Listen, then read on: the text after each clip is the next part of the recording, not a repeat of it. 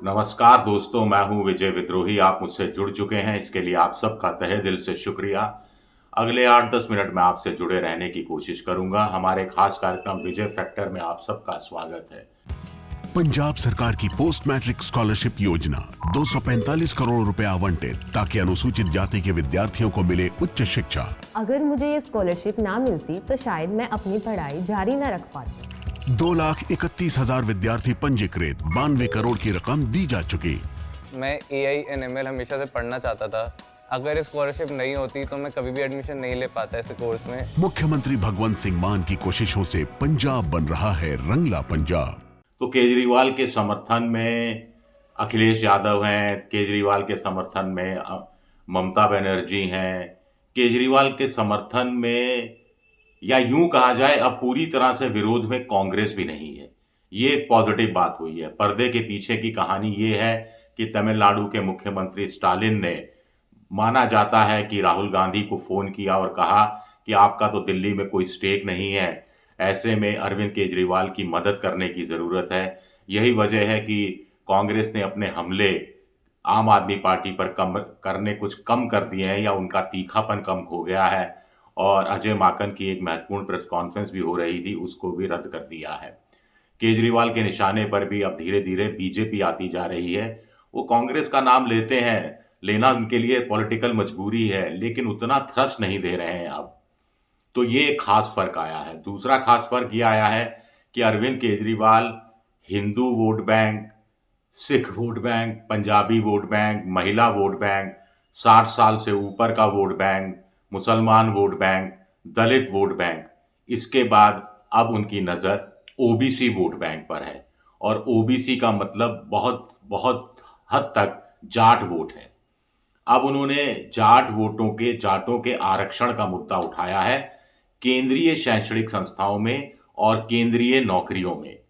अब दिल्ली में दरअसल जो राज्य सरकार की नौकरियां और शैक्षणिक संस्थाएं हैं, वहां तो जाटों को आरक्षण मिला हुआ है, लेकिन केंद्र सरकार के कॉलेज, केंद्र सरकार की यूनिवर्सिटी, केंद्र सरकार की नौकरियां, दिल्ली पुलिस जैसे नौकरी, इसमें जाटों को आरक्षण नहीं मिला है। जबकि राजस्थान का जाट दिल्ली पुलिस में जाट ओबीसी के तहत नौकरी प्राप्त कर सकता है, लेकिन दिल्ली का जाट दिल्ली पुलिस में ओबीसी आरक्षण के तहत नौकरी हासिल नहीं कर सकता है। ये मुद्दा आखिर अरविंद केजरीवाल को उठाने की जरूरत क्यों पड़ी? जाट वोट बहुतायत से हैं, एक दलित हो, मुसलमान हो, इनके मुकाबले जाट ज़्यादा पढ़े लिखे हैं, ओबीसी वर्ग ज़्यादा पढ़ा लिखा है, इनमें लड़कों में बेरोजगारी की संख्या भी ज़्यादा है, उनकी महत्वाकांक्षाएं भी बहुत हैं, और ऐसे में उनको टारगेट बनाया है। जगजीत सिंह डल्लेवाल का किसान आंदोलन चल ही रहा है। आज उनका आज उनका आमरण अनशन का शायद 44वां या 45वां दिन है। जाटलैंड की मांग अलग से होने लगी है। हरियाणा, राजस्थान, दिल्ली, पश्चिमी उत्तर प्रदेश, पंजाब, इनके जाट नाराज हैं मोदी सरकार से।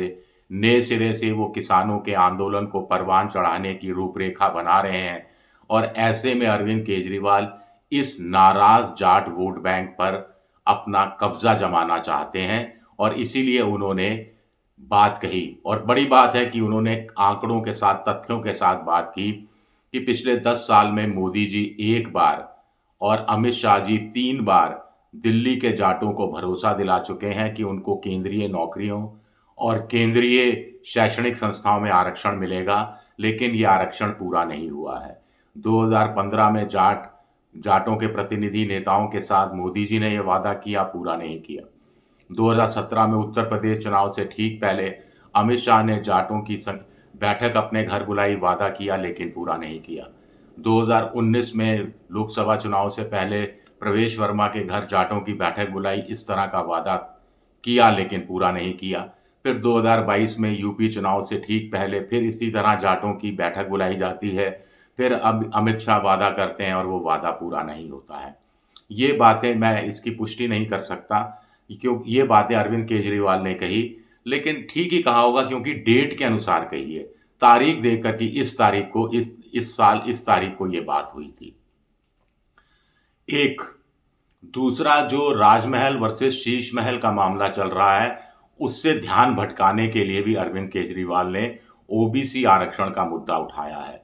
ओबीसी आरक्षण का मुद्दा उठाते ही उनके टारगेट पर सीधे-सीधे प्रधानमंत्री नरेंद्र मोदी आ जाते हैं, क्योंकि नरेंद्र मोदी दसियों बार कह चुके हैं कि वो ओबीसी के हैं, ओबीसी वर्ग के हैं, और अब अगर ओबीसी वर्ग का प्रधानमंत्री वो जाट दिल्ली का जो ओबीसी में शामिल है, उस जाट को दिल्ली पुलिस में ही आरक्षण की व्यवस्था वादा करने के बावजूद नहीं कर सकता, तो फिर उनकी नीयत, कथनी, करनी को लेकर बड़े सवाल उठेंगे, और यही सवाल मतदाताओं में एक पैदा करने की कोशिश अरविंद केजरीवाल कर रहे हैं।